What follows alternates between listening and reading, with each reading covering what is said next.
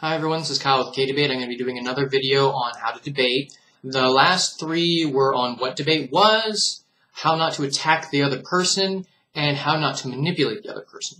Today's video will be on how to not use fallacies in your arguments. Now, a fallacy is generally a non-reasonable argument or an argument that uses false reasoning or unfair tactics that are based off of a lack of ability in argument making, such as the straw man argument, where you build up a person that is easily defeated and then defeat them in your argument to show you are right. And that is more of a lazy, inexperienced tactic. And it's very easy to see and generally hurts your argument more than unless the other person you're talking to has no idea what they're talking about. So it's more of a weak argument. Now, the straw man argument is only one of many fallacies. There's the play on emotion. There's the play on false logic. There's dozens of them. I will not have time in this video to explain all of them.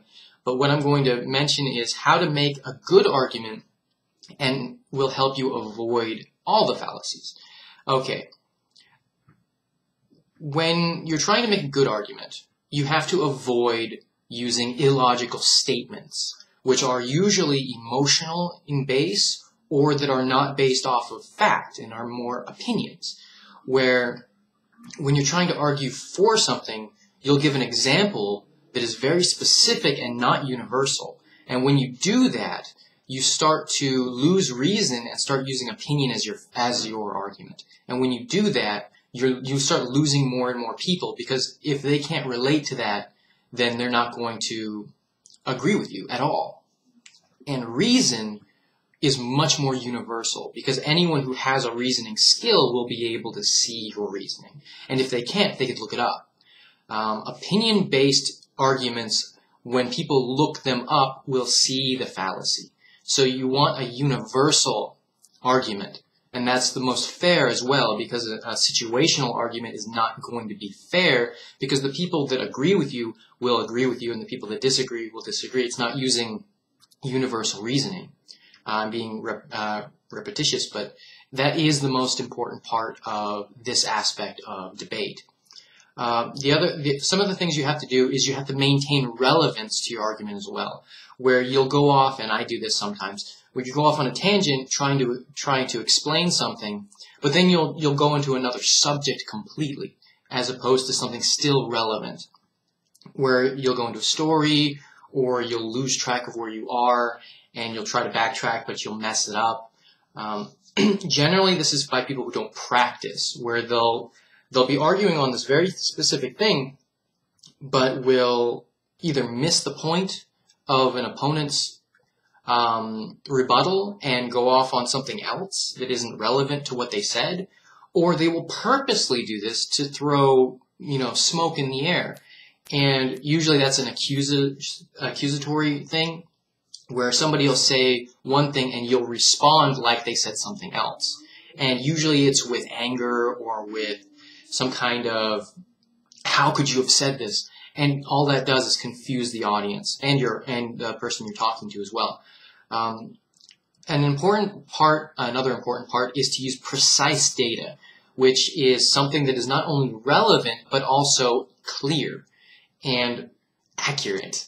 When you use a statistic or some kind of survey, those are important to use, but you also have to make sure that they're used properly. A single word asked in a survey changes the meaning of the survey. If you were to ask an open-ended question, that is much more broad than if you ask a yes or no question in a survey. Do you believe the government is doing a good job? Yes or no? 60% said no, 40% said yes. Okay, that's clear. But what if they asked, do you think the government could do a better job? And then the numbers will be different. So there are different ways of asking very similar questions, and they will have different numbers, and you have to use the most relevant and clear one for what you are discussing. If you want to discuss the government's ability to protect its people, you can't just use a statistic saying that the government's doing a bad job in general. That's not relevant. That's not precise. You have to use one that completely and most accurately represents what you are trying to describe. And sometimes those are hard to find, especially when you're using a topic or on a topic that is not popular, because those ones are generally not going to favor your side. But you have to use all the data. You can't just use data that agrees with you, because if you do only use data that agrees with you, you're using a slanted argument. Slanted arguments are not fair arguments because you're not representing the entirety of it. You're only trying to make it look good. And that's another thing. Don't use fluff to make your argument seem more plausible. Don't add or remove things from your argument based off of the assumption that it will get you more popularity. That's not what a debate is for. A debate is for to explain, to inform, all of the things I've said before. If you only make a video, an argument to win, then you are not doing it for the right reasons.